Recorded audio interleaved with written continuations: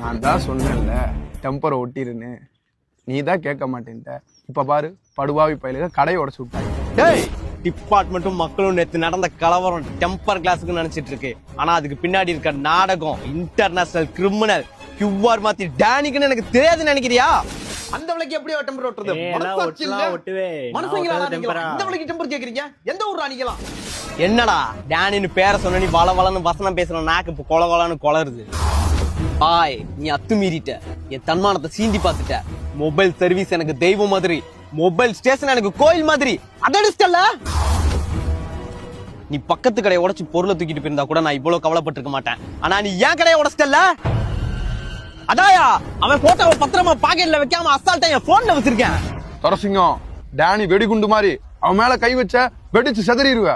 வெடிக்க இருக்கும், செதறக்கும், தீ வச்சொட்டி இலக்கெல்லாம பாஞ்சு தீஞ்சு போற தீபாவளி ராக்கெட் நினைச்சியா? ஊரு விட்டு ஊரு, நாடு விட்டு நாடு, கண்டம் விட்டு கண்டம், குறிக்கோளோட பாஞ்சு குறி வச்சு தக்கற யாவடா?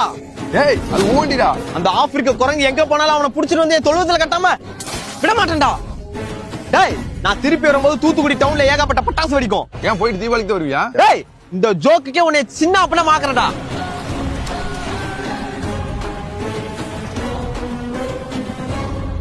இந்த சிங்கத்தோட குடைச்சல் தாங்கவே முடியல. அண்ணாச்சி, அதான் நம்ம சத்யால ஆஃபர் போட்டிருக்காங்கல்ல, டிவி ஃப்ரிட்ஜ்னு வாங்கி லட்சமா கொடுத்துட வேண்டியதானே? நான் ஃபாதர்ரா, அவன் என்னை பாயிங்கிறியான், இவன் என்னை அண்ணாச்சிங்கிறியான். யாருன்னு தெரிஞ்சு பேச கத்துக்கலாம்.